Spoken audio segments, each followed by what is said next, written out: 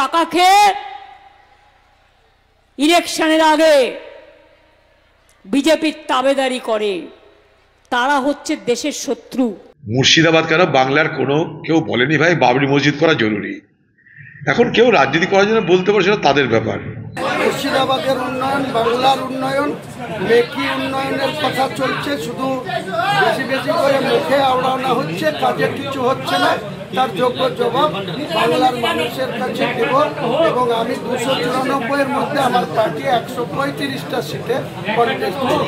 বিতর্কের মাঝেই তৃণমূল দল থেকে সাসপেন্ড ভরতপুরের বিধায়ক হুমায়ুন কবির। এখন তার ফোকাসে বেলডাঙ্গায় মসজিদের শিলান্যাস।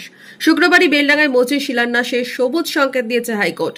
শনিবার শিলান্যাস পর্বে কি কি হবে সেই কর্মসূচিও জানিয়েছেন হুমায়ুন। আদালতের রায় নিয়ে হুমায়ুন বলেন, মহামান্য হাইকোর্টের জাজ সাহেবরা বলেছে উনি কোনো অসাংবিধানিক কাজ করছেন না, উনি সংবিধানের মধ্যে থেকেই তিনার মসজিদ করার অধিকার আছে। 4 ডিসেম্বর বহরমপুরে জনসভা থেকে নাম না করেই হুমায়ুনকে নিশানা করেছিলেন মুখ্যমন্ত্রী মমতা বন্দ্যোপাধ্যায়। যারা নির্বাচনের 2 মাস আগে থেকেই সব রাজনীতি করে, এটা বিজেপির পাল্লায় পড়ে। চ্যালেঞ্জ ছুড়েছেন হুমায়ুনও। মুখ্যমন্ত্রীকে এক্স মুখ্যমন্ত্রী করার জন্য আমি 135টা আসনে লড়াই করব।